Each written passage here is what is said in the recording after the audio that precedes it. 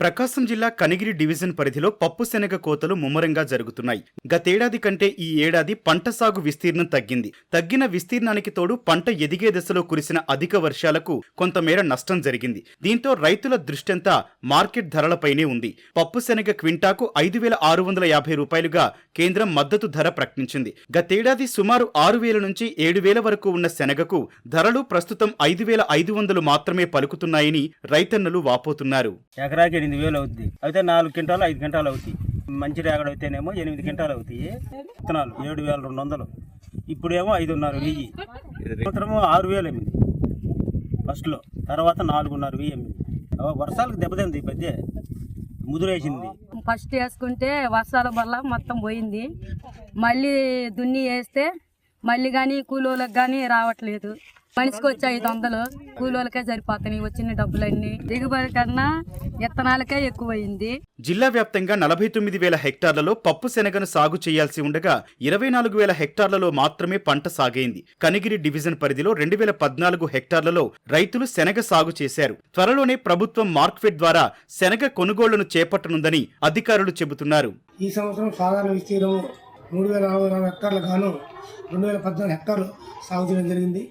గతం కంటే ఈ సంవత్సరం యొక్క విస్తీర్ణము తగ్గినది. కారణం ఏంటంటే గత సంవత్సరం పొగాకు ఎక్కువ రేట్లు బాగున్న వల్ల ఎక్కువ మంది రైతులు పొగాకు మొగ్గు చూపడం జరిగింది. కానీ పంట కూడా ఈ నెల ఆఖరికి లేదా మొదటి వారంలో కానీ కోతలు పూర్తి కావడం జరుగుతుంది. దిగుబడి సుమారు 4 నుంచి 5 క్వింటాల రావచ్చని అంచనా వేయబడింది.